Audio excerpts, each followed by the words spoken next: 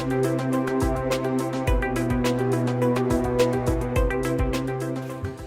morning, folks, and let me echo Jennifer's welcome to the EERS 38th conference. Wow.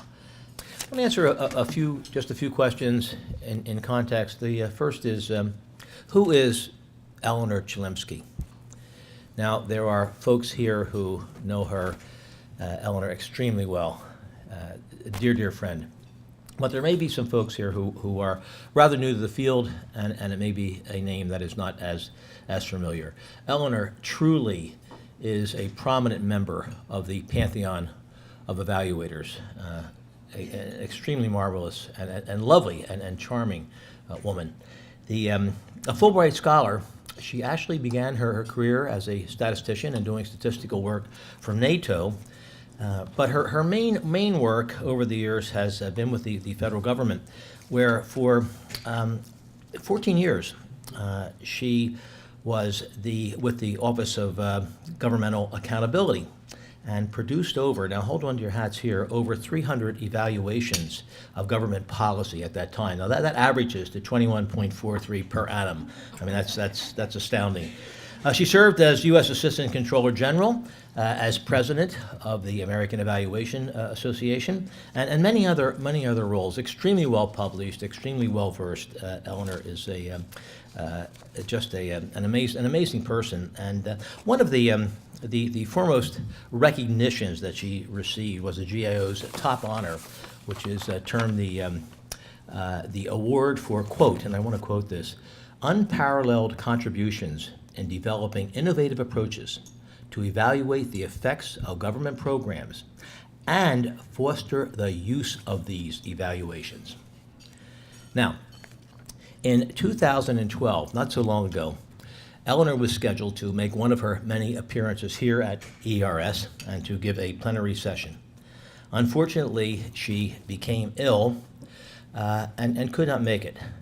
But God bless him, George Grobe filled in, and Eleanor wrote every word out. George, is that correct? She wrote the entire presentation out, and you read that with passion and really hit on her theme of balancing theory and practice. And if you recall, one of the challenges that Eleanor laid out was that evaluators, and she used that in the generic sense, establish a forum to mediate the divide between theory and practice.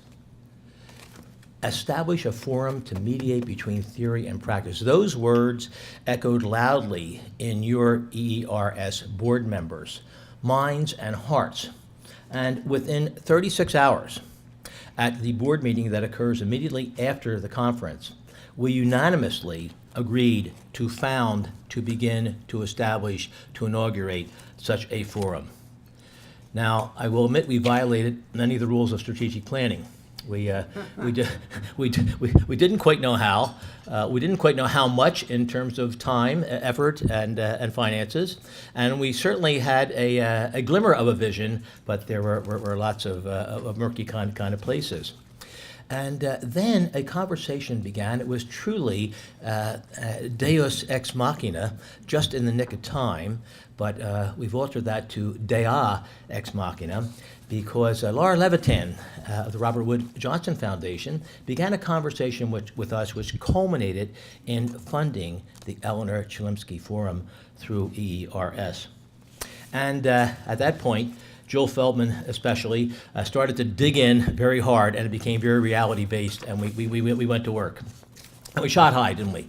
The first folks that we invited were Michael Quinn Patton and Tom Schwandt, and we asked them to take the podium and inaugurate the first forum. That was back in 2013, not that long ago. Now, they immediately agreed.